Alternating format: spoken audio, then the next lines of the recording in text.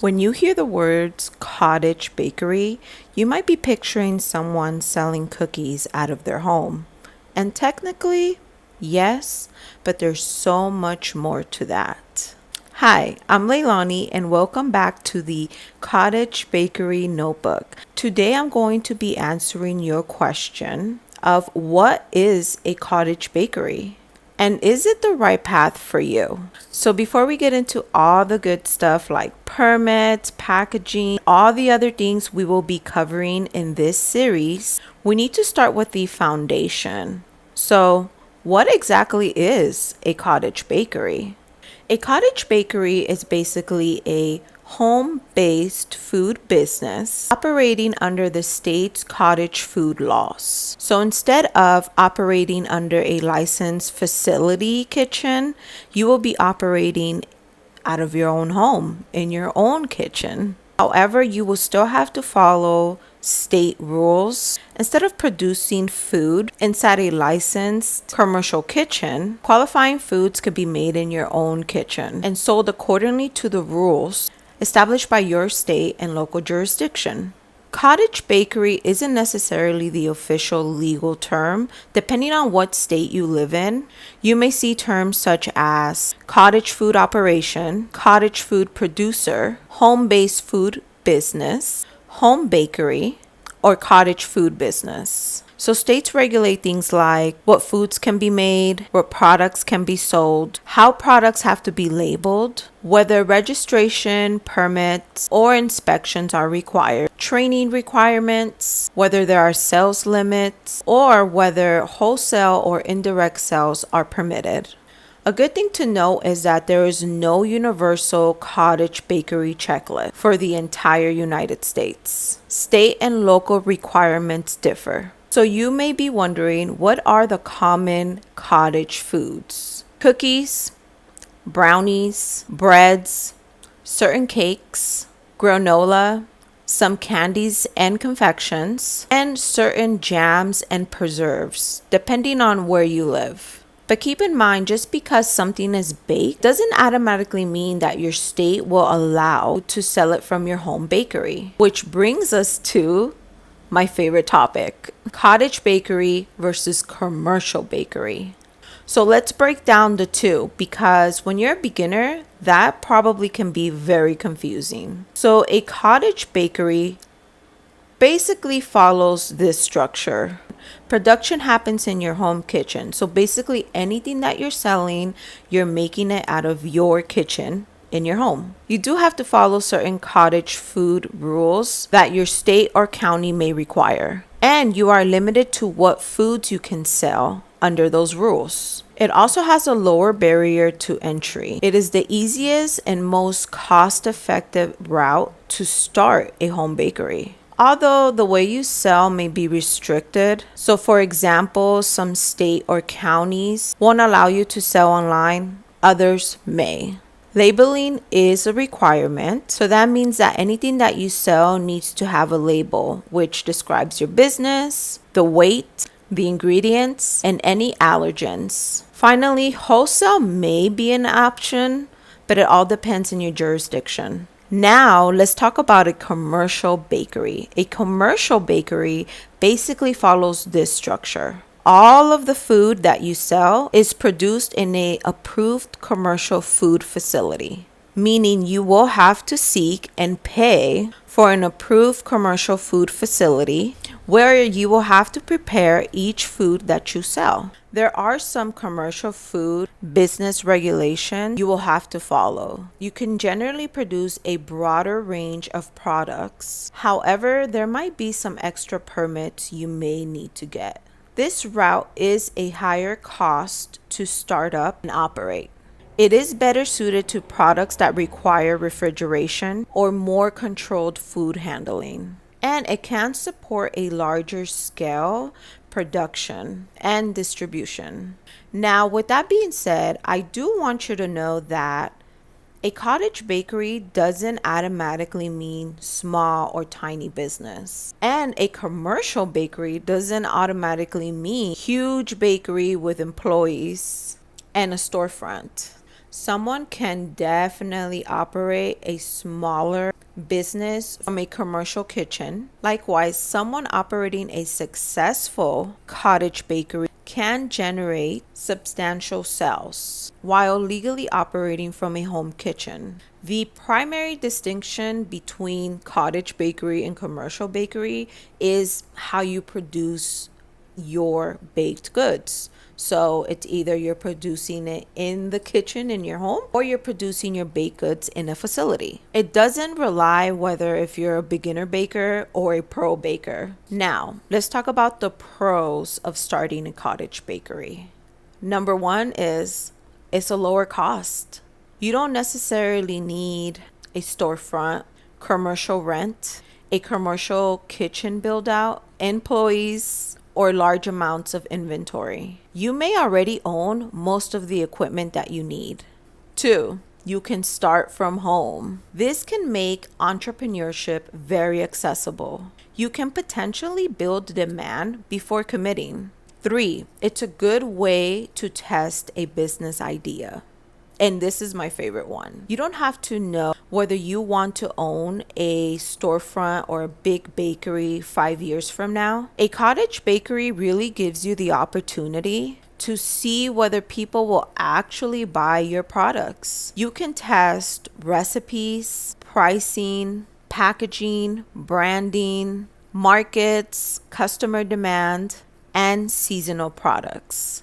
It also has the potential of flexibility. So, especially for like parents, people with full-time jobs, students, people probably building another career, or people wanting a side income. However, I do want you to keep in mind that flexible doesn't always mean effortless.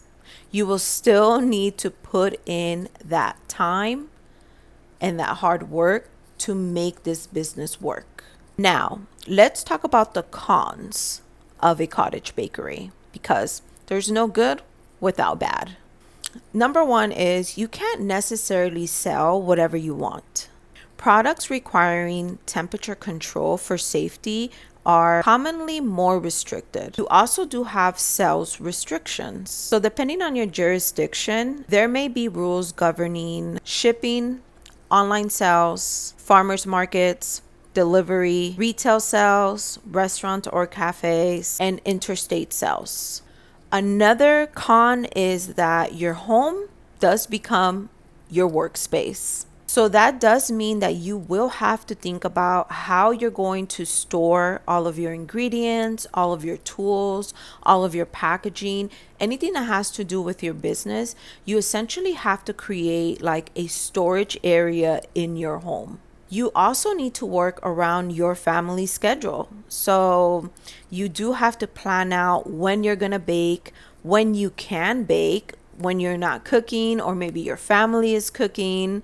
So you do have to work around your family schedule. You will need to be cleaning up more than usual. So if you are someone that cooks for your family every single day, not only will you have to clean up after yourself after you cook, you will also have to clean up after yourself every single time you bake.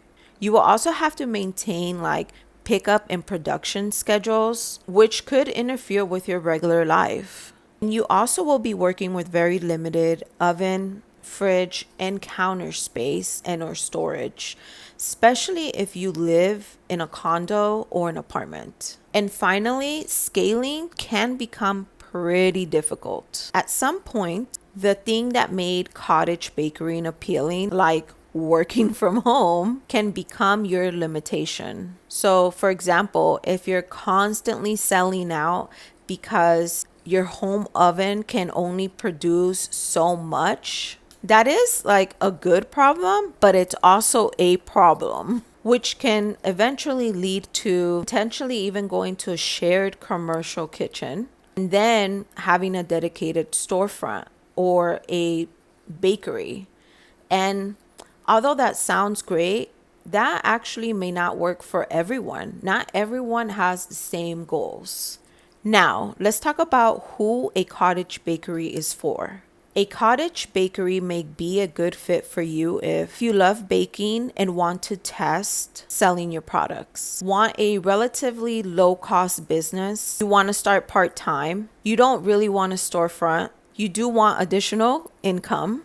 You want to test demand before investing heavily? You want a small creative business, and or you already have people asking to buy your baked goods. It might not be a good fit for you if your dream business depends on foods your cottage food law does not allow, large scale wholesale, nationwide shipping, high production volume, restaurant style service, or products requiring refrigeration or strict temperature controls.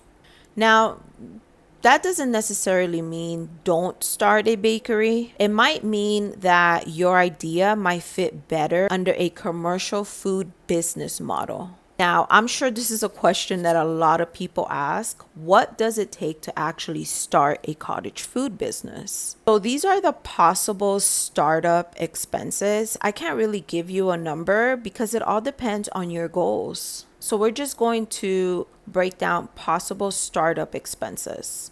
First, we're going to start with the legal and administrative expenses. So that means cottage food registration and or permit, food handler training if required, business registrations and licenses. You will have to buy ingredients, basic equipment if you don't already have any, baking pans and storage containers. You will have to look into packaging, so boxes, bags, labels, stickers, inserts, business cards. Then you also have to think about your business. So that means you will have to look into insurance, payment processing, so how people will pay you, how will you take that payment. Websites and domain if you want. Market and vendor fees, those can add up, okay? Market and vendor fees are very high. And also, I do want to say you don't have to build your dream bakery before you sell a cookie. You can start small, and as your business grows, you can start putting more money into it. That is one advice that I would give is start small. You don't need to have all the fancy stuff. You don't need to have everything that you may see any other successful baker doing. Just start very small and simple. And as your business grows, you start adding in, you start buying more tools, you start putting more money into your marketing. Go as you grow. Okay, so let's be realistic. And what does starting actually look like? Very first step is to research your cottage food laws for your state. Then you want to check any county or city requirements. After that, you want to decide what you want to sell and start looking at how much it's going to cost you to make those recipes. Then from there, you want to set your pricing. After that, you want to handle any required training, permits, or registrations that you need to open this business. You will have to create compliant labels and packaging. That is one thing you do have to think about is how are you going to package this and how are you going to label it? Because those do follow certain requirements as well. You will have to decide how customers will pay or order, and then you start selling. And as you sell, as you build, you start adjusting according to your demand. Now, I do want you to notice that nowhere did I say you have to buy a $700 mixer or spend $3,000 on a website or have 25 different flavors of baked goods or have professional branding. Start small. Now I want to break down some bakery myths. Myth number 1. If I'm selling to friends, I don't have to worry about the law. Reality is, selling food can still be regulated regardless of whether your first customers are friends or family, or coworkers or strangers. No matter who you're selling to, if you are collecting money, you do have to follow laws. Myth number 2. I need an LLC before I can start selling anything. Reality. An LLC is just a business structure. It is definitely not the same thing as a cottage food authorization, and forming one does not replace required food permits or registration. Myth number 3: I need a commercial kitchen to legally sell baked goods. Reality: cottage food laws exist specifically to allow qualifying foods to be produced in your home under certain conditions. So, no, you don't need a facility or a commercial facility to start selling. You can sell straight from your home.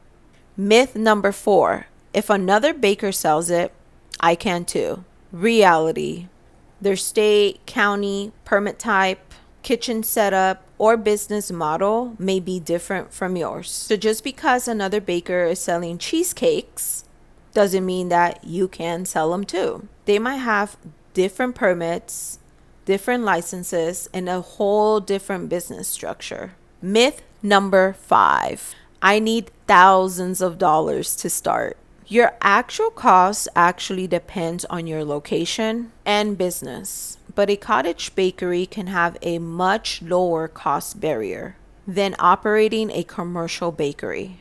Myth number 6, my favorite one: a cottage bakery isn't a real business. Reality: home base doesn't mean pretend. You're still dealing with costs, pricing, customers, marketing, food safety, taxes, regulations, profit, and customer service. Your kitchen might be inside your house, but once you start accepting moolah, cash, from customers, you need to start thinking like a business owner, because that's what you are. If you've been thinking about starting a bakery, but you maybe assume that your only option was to save thousands of dollars for a commercial kitchen or storefront, hopefully this gives you another path to your research. So we did share a lot of information in this video. So let's kind of summarize what we learned today. First, a cottage bakery allows you to start from your home, keep overhead relatively low, sell qualifying products, test your business before scaling. However, you're still operating a business. Your local laws do matter. Not every food qualifies. There are limitations to how you can grow. And now that we know what a cottage bakery actually is, in the next lesson, we are going to talk about cottage food laws. What are they? Why do they exist? What you can sell? How to find your state's laws? And I will also be breaking down the biggest misconceptions. If you're thinking about starting a cottage food bakery, tell me in the comments what state you are in and what you want to sell. And if you're following the Cottage Bakery Notebook, subscribe so you don't miss the next lesson. If you're already not following me on TikTok, you can go ahead and follow me there too. I already have a lot of information there for different states, different counties as well. My name on TikTok is Les Cherie Confections. I also do have digital products that you can download now for free. I will add everything down in the description box, all the links, all of my digital products, and I hope to see you guys in the next video. Bye guys.